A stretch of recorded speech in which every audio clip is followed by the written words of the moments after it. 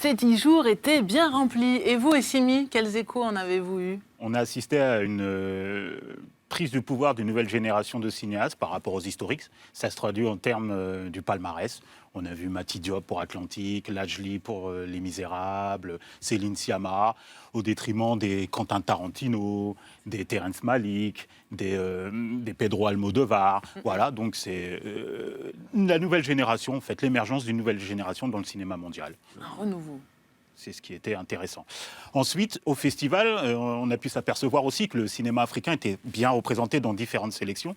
Quelles ont été vos impressions, Claire? Eh bien, la même que vous, que c'était une nouvelle génération, beaucoup de premiers longs métrages, essentiellement de l'Afrique du Nord, puisqu'en dehors du Sénégal représenté avec Mati Diop et donc ce grand prix pour Atlantique, on avait essentiellement du Maroc, un premier long métrage Adam de Mariam Touzani à Un certain regard, et un premier long métrage Le miracle de Saint Inconnu de Alaeddine Algem à la Semaine de la Critique. On avait deux premiers longs métrages algériens également, les deux sur la décennie noire, Papicha de Mounia Medour à Un certain regard, Abou Leila de Amin Sidi Boumedine à la Semaine de la Critique.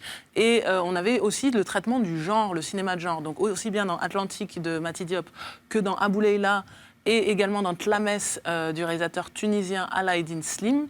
On voit comment des thématiques assez fortes, assez dures, sont détournées d'un point de vue cinématographique par l'usage du cinéma de genre. Et vous, Hortense, qu'avez-vous pensé de cette Palme d'Or, la première pour un film coréen, Parasite de Bong Joon-ho?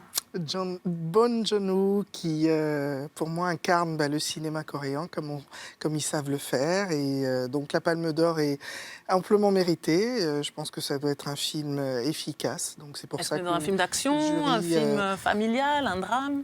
Alors, je pense surtout qu'à la coréenne, c'est un film sociétal, c'est-à-dire que le réalisateur a étudié la sociologie, donc dans sa filmographie, que ce soit de Misery of a Murder ou dans Mother, il a l'art de disséquer la société coréenne, et ça, il le fait avec brio, et je pense que c'est cet universalisme-là qui a séduit les membres du jury. Donc, ravi pour cette Palme d'Or.